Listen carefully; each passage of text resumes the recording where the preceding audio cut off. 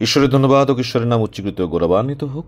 আমি রেভারেন্ড পার্থ চ্যাটার্জি আবার একবার ঈশ্বরের সুন্দর পবিত্র মধুর জীবনদায়ী বাক্য আপনাদের জন্য নিয়ে এসেছি। ঈশ্বর আপনাদের সকলকে আশীর্বাদ করুন, অনুগ্রহ করুন, দয়া করুন, কৃপা করুন, ক্ষমা ও শান্তি দিন এবং আপনাদের প্রত্যেককে খ্রিস্ট যিশুতে দিন দিন পরিপক্ক হতে সাহায্য করুন, যেন আমরা সকলেই খ্রিস্টের অনুসরণ করতে করতে একদিন সেই শান্তির ধামে, সেই পরিত্রাণের গৃহে যেন আমরা প্রবেশ করতে পারি। আজকে যে বিষয়টি নিয়ে আমরা আলোচনা করব সেটি হলো seeing yourself through God's eyes, অর্থাৎ বাংলায় বলতে গেলে আমরা নিজেদেরকে যখন ঈশ্বরের দৃষ্টিভঙ্গি দিয়ে দেখব তখন কীরূপে দেখব। যখন ঈশ্বরের দৃষ্টিভঙ্গি দিয়ে আমরা নিজেদেরকে অবলোকন করব, আমরা জাজ করব, আমরা দেখব, তখন আমরা কি দেখতে পাব। এবং এ বিষয়ে সবচেয়ে উত্তম যে বাইবেলের পদটি আমি মনে করতে পারি সেটি হচ্ছে ইফিসীয় পত্রের 2 অধ্যায়ের 10 পদ, এবং এটি আমাদেরকে শেখায় যে ঈশ্বর কি দৃষ্টিভঙ্গি দিয়ে আমাদেরকে দেখেন। আমরা বাইবেল থেকে পাঠ করি ইফিসীয় 2 অধ্যায় 10 পদ। কারণ আমরা তাঁহারই রচনা, খ্রিস্ট যিশুতে বিবিধ সৎক্রিয়ার নিমিত্ত সৃষ্ট, সেগুলি ঈশ্বর পূর্বে প্রস্তুত করিয়াছিলেন যেন আমরা সেই পথে চলি। অর্থাৎ আমাদের বিষয়ে ঈশ্বরের দৃষ্টিভঙ্গি কীরকম না, ঈশ্বর আমাদেরকে মনোনীত করেছেন আগে থেকে, তিনি আমাদের পথ তৈরি করে রেখেছেন কি করার জন্যে, যেন আমরা খ্রিস্ট যিশুর পথে চলি।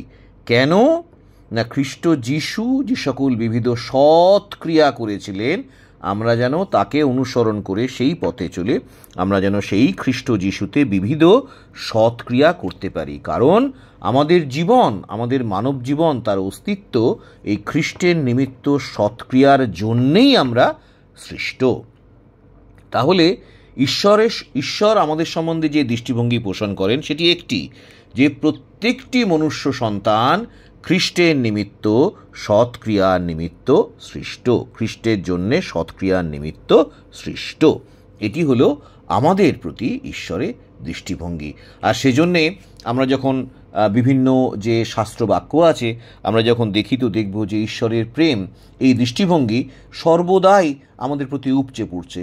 যদি আমরা যোহন 3 অধ্যায় 16 পদ দেখি তো আমরা দেখব যে সেখানে ঈশ্বরের বাক্য বলে, ঈশ্বর জগৎকে এমন প্রেম করলেন, পুরো জগৎকে, জগতের সকলকে তিনি এত অধিক প্রেম করেছিলেন যে তিনি আপনার একজাত পুত্র আমাদের ত্রাণকর্তা প্রভু যীশু খ্রিস্টকে এই জগতে পাঠিয়েছিলেন। কেন না, তিনি আমাদের এত ভালোবাসেন যে তিনি চান না যে আমাদের মধ্যে একজন মানুষও, একটা আত্মাও বিনষ্ট হোক, কিন্তু সকলে যেন পরিত্রাণ অবধি পৌঁছতে পারে। আর সেই জন্যেই তিনি আমাদের পরিত্রাণের নিমিত্ত তিনি আপনার একজাত পুত্র, আমাদের ত্রাণকর্তা প্রভু যীশু খ্রিস্টকে তিনি এই পৃথিবীতে পাঠিয়েছিলেন, যেন তার মধ্যে দিয়ে আমরা প্রত্যেকে যেন ক্ষমা পাই, প্রত্যেকে যেন সেই পরিত্রাণ অবধি যেন আমরা পৌঁছতে পারি।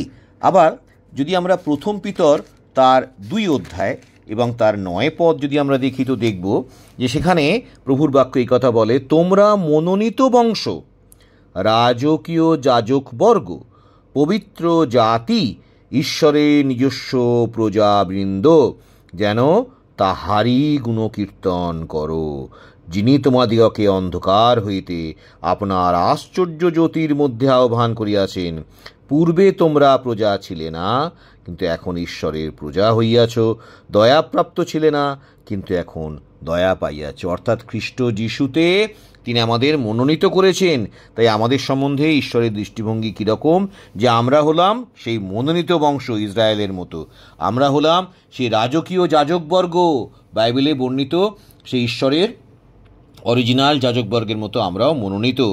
আমরা ঈশ্বরের মনোনীত পবিত্র জাতি এবং আমরা ঈশ্বরের নিজস্ব প্রজাবৃন্দ, তার ডাইরেক্ট প্রজাবৃন্দ।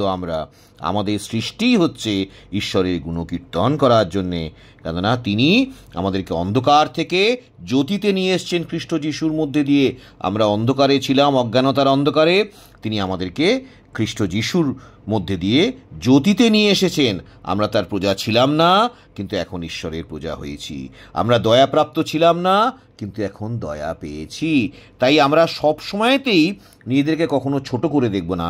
আমরা চিরকাল নিজেদেরকে ঈশ্বরের দৃষ্টিভঙ্গি থেকে দেখে আমরা বলবো যে আমরা ঈশ্বরের সন্তান, আমরা পবিত্র জাতি, আমরা ঈশ্বরের নিজস্ব প্রজাবৃন্দ। ঈশ্বর আপনাদের প্রত্যেককে প্রচুর পরিমাণে আশীর্বাদ করুন, অনুগ্রহ করুন, দয়া করুন। Amen, amen, amen.